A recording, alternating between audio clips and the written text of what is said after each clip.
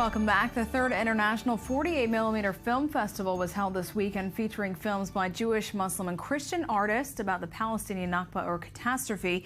That is the creation of the over 100,000 Palestinian refugees after the founding of the State of Israel in 1948. The festival had both new and original films produced especially for the event, including by director Michael Kamener, who will be joining us on the phone for this discussion.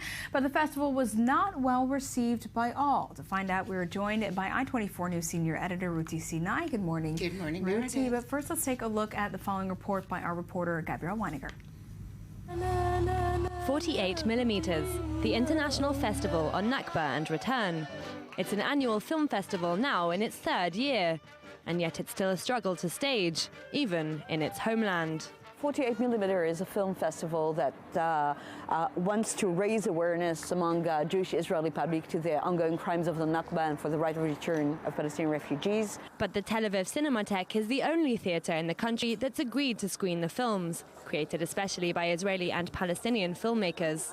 Israel's culture ministry is threatening to cut government funding from the Tel Aviv Cinematheque, saying the films screened during the festival may have violated the law. Have difficulties in persuading, I think, decision makers in theaters to put on the stages political theater. Our Minister of Culture are trying to scare people from dealing with delicate issues like the 1948 memories.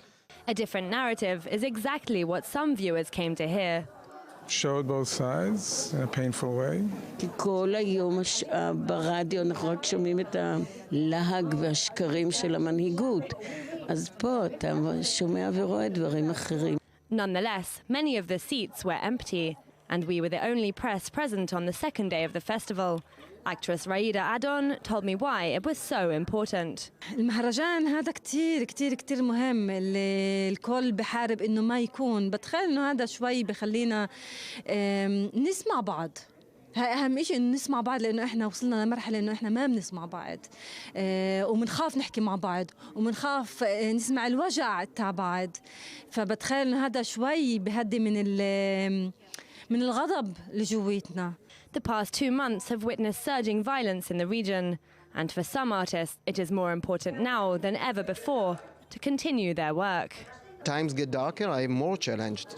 Everybody feels this pressure. We are scared that audiences will not feel free to come, will not feel that they have the spirit to come and see disputable shows. And yet I feel that this is our duty as artists to work on it. And we try to cross the borders between both sides, the Palestinians and the Jews. This is our task.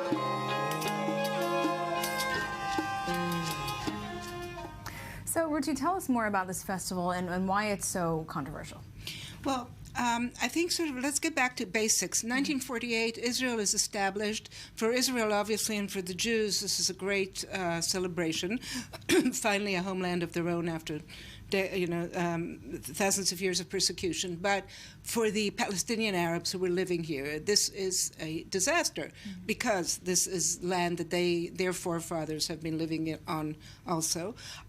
And many of them were either expelled from their homes or just ran away because they were frightened. They didn't know what was in store. And this created the Palestinian refugee issue, which we've been dealing with for the past almost 70 years. So Nakba means disaster, means catastrophe in Arabic, and these films basically conjure up various aspects and memories of this disaster. Now, what the Israeli Culture Ministry is saying, a minister essentially, is saying, we will not fund cultural institutions that show films about, that somehow delegitimize Israel. The issue is, of course, and not show films that incite to violence and so on, that goes without saying. But the issue basically is by the very fact that you are conjuring up another people's pain, is that in some way, is that a reason to A, defund a cultural institution, and B, does that delegitimize your own right to exist? I would argue it doesn't, but that's just me. Well, also in art, as a general medium, it's kind of, there are no limits. It's right. Self-expression, well, and how do you judge some things? They're saying that films may have violated the law. Yeah, well, basically, again, the law that was put in place by this culture minister, by Miri Regev, which says that you are not allowed to refer to Israel's independence as a catastrophe, which, again, I mean, it's if you take it totally literally, then yes, but that is not the point at all. And look, the government has a right not to want to fund a cultural institution if it violates certain laws. That's right. They're not saying you can't put on these films. They're just saying we're not going to fund it. But again, I mean, I think it's totally wrong. And I think the other thing that's really sad about this VTR that we just saw is that people are afraid to come. People don't feel they have the legitimacy to come and listen to another people's point of view. Right, and some people said they just were curious to see both sides. Absolutely. And they were just curious to see what's going on. And then, as the Arab woman said in the report, it's important to talk. Totally. People are scared to talk, and I would say I do find that to be the case here in Israel. Absolutely. But we are joined on the phone now from Beit Shemesh by director Michael Kamener. Good morning, Michael. Thank you for joining us. So tell us about your film and what was the process to produce it for this festival? Good morning. First, I apologize for my poor English. Thank you for the question. Do you hear me clear? Yes, of course. Okay. So just tell us about your film. We want to know more about your film. Okay. I'm 51 today. Until around the age of 40, as a child that grew up in this kibbutz Sorah, next to Beit Shemesh, I never heard about this Palestinian village that we're sitting on his land, and the kibbutz was established first on his ruined, uprooted land.